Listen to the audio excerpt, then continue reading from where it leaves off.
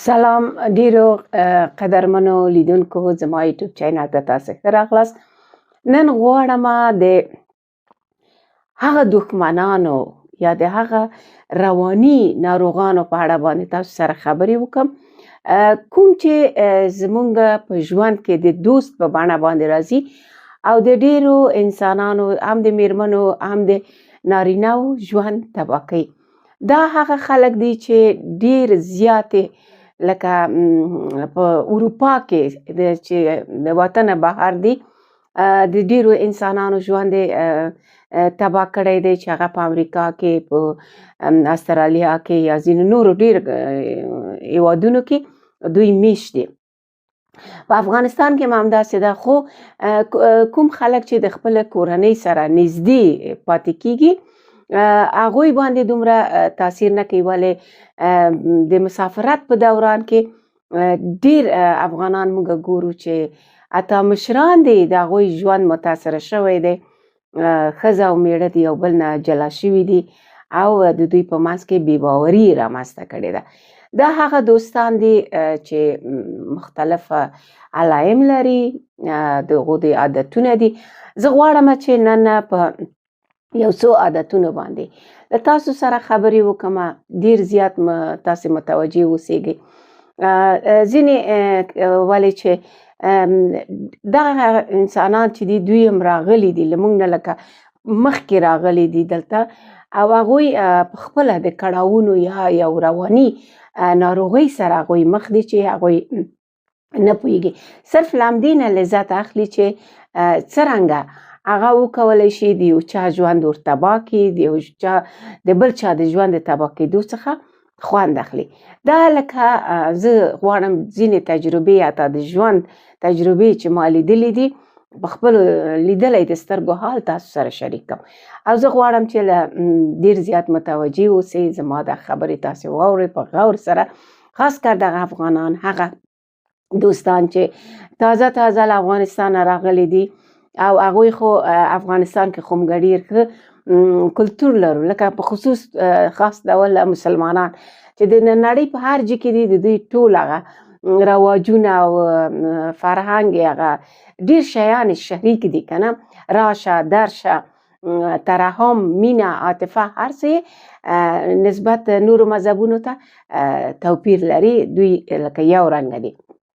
که هغه عربان دي، که هغه امریکایي مسلمانان دي، که هغه د نورو هیوادونو افریقایي مسلمان دي، هغه که آسیایي مسلمانان دي، د ټولو هغه لږ مشترک دی، راشه درشه او مینه او محبت دی. نو راغللو چې اکثر زموږ ځینې دوستان چې دلته راځي یا دوی مخامخ کیږي د یو چا سره چې پیژني یا یې خاوند پیژني، نو د دوی په بعد له سلام کولو یو دوه وارې راشه درشه او تلیفون څخه، دا خطرناکه دوستان بیا دا رقمي چې یوه علایم دا ده چې د انسان په زړه کې شک ور پیدا کوي. لکه یوې میرمنې ته له اوله سلسله چې شروع کوي هغه دا ده چې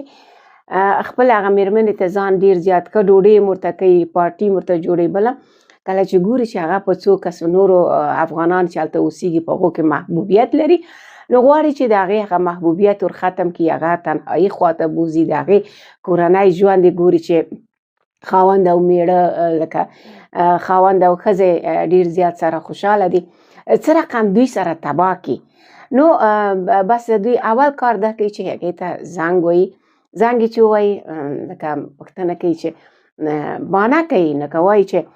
دا څو ورځې مې تا ته زنګ وایي، تلیفون ته داسې مسلسل مصروف راته. نو هغه میرمن هم ولې افغانان ډیر هانست دي، هغوی اخلاصمند دي، دروغ دومره نه وایي. بیا وایي چې افغانستان کې مې زنګ وایي، فامیل سره مې خبرې کړې، خو زه اوکې هېڅ خبره نشته. که ووایي هلته د کوم یوه بلې افغانې نوم واخلي چې والا فلاني سره مې کېدی شي مصروف وم، هغې سره مې خبرې کولې، بیا وایي ښه بیا نو پوښتنه کوي، دویمه پوښتنه دا چې تا زنګ ورته ویلی که هغې، نو دا خامخا وایي چې یا هغې زنګ ویلی یا ما زنګ ویلی. بس هغه نه بیا یو څو دقیقې خبرې وکړي او خدای پاماني وکړي، ولاړ شي په خپله مخه. د دې لپاره یو کار پیدا شو. نو هغه څنګه کوي، هغه کس ته زنګ وایي، که دې زنګ ورته ویلي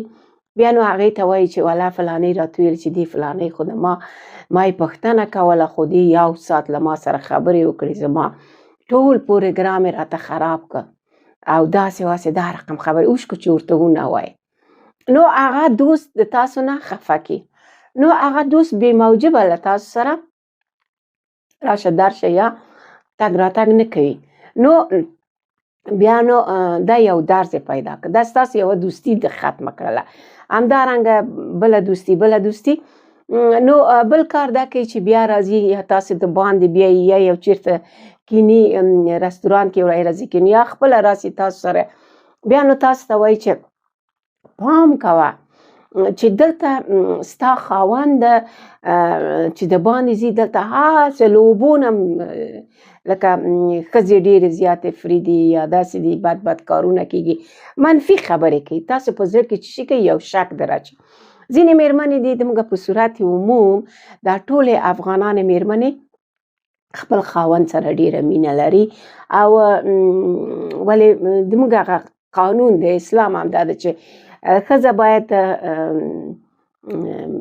خپل خاوند ته وفاداره اوسي او یعنې اکثریت نه په صورت عموم ډېر کمې مېرمنې دي چې هغوی دغه نقطه یا دا پام کې نه نیسي. نو ډېرې لکه 99% ښځې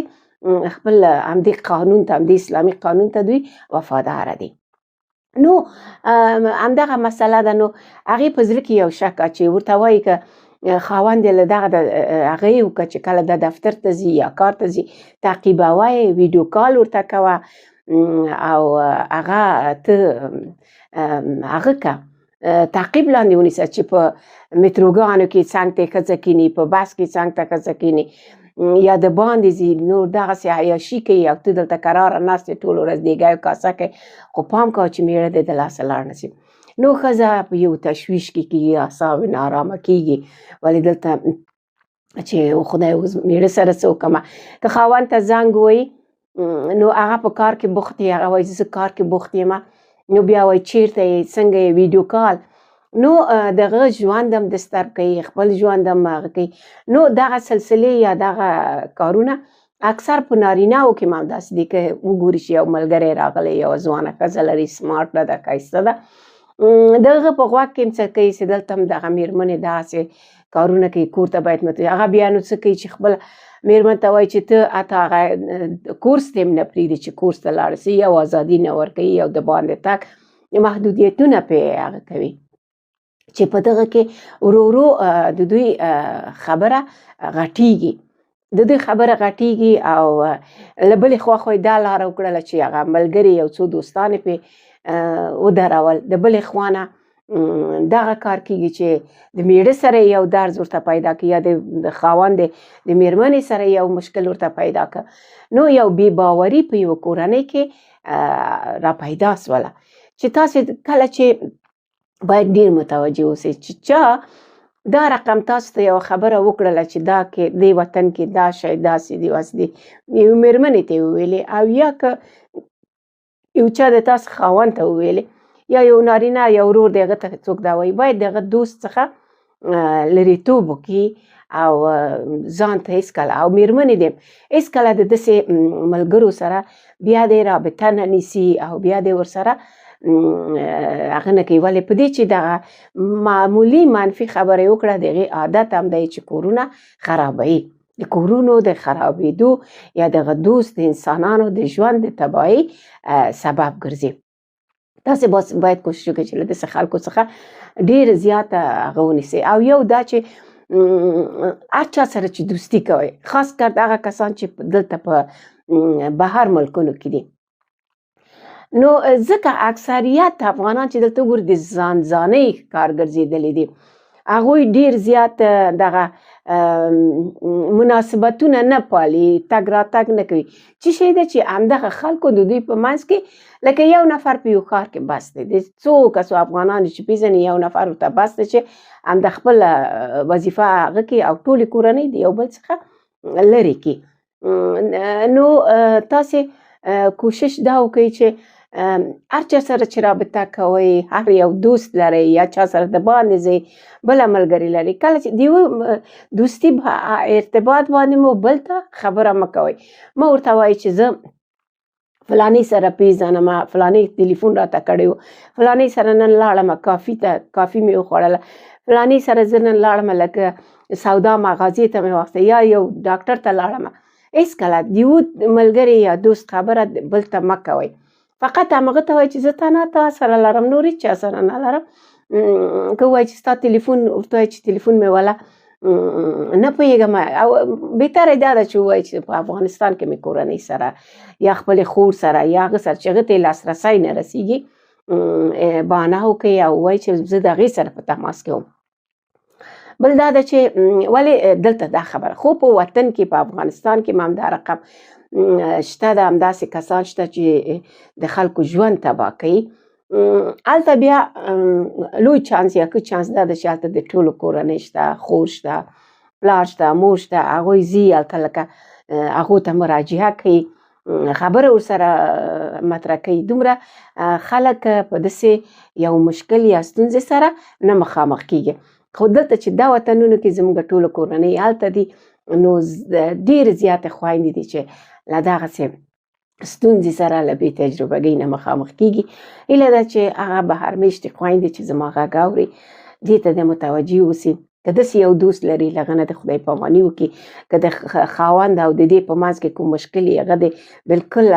لرې کړي. په دې چې خاوند کار کوي، زحمت وباسي، کور ته المړې ډوډۍ راوړي، خپله ژوند ته د متوجه اوسېږي، په یو بل د باور وساتي، سره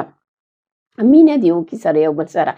که نارینه و داسې هغه کړي د هغه مېرمن هماغه ده چې د دې ماشومان ورته ساتي، د دې ته ډوډۍ تیاروي او دې ته وفاداره ده، همدا ډېره په کور کې ناسته ده یا د باندې یو کار کوي یو شی کوي، خو دا چې ماښام سره یو ځای کېږي په کور کې، دا هم یو ډېره غټه خبره ده. باورونه باید په یو بل باندې وساتي. په دې هیله چې دغه یو راز ما تاسو ته وویلې. بل یو څو نور علایم هم لري، بیا به هغه بل وخت تاسو سره په شریکه په دې چې تاسو خوشحاله ژوند ولرئ، ارامه ژوند ولرئ، سوکاله اوسئ. تاسو ډېر وخت نه نیسم، هر چېرته چې آباد اوسئ.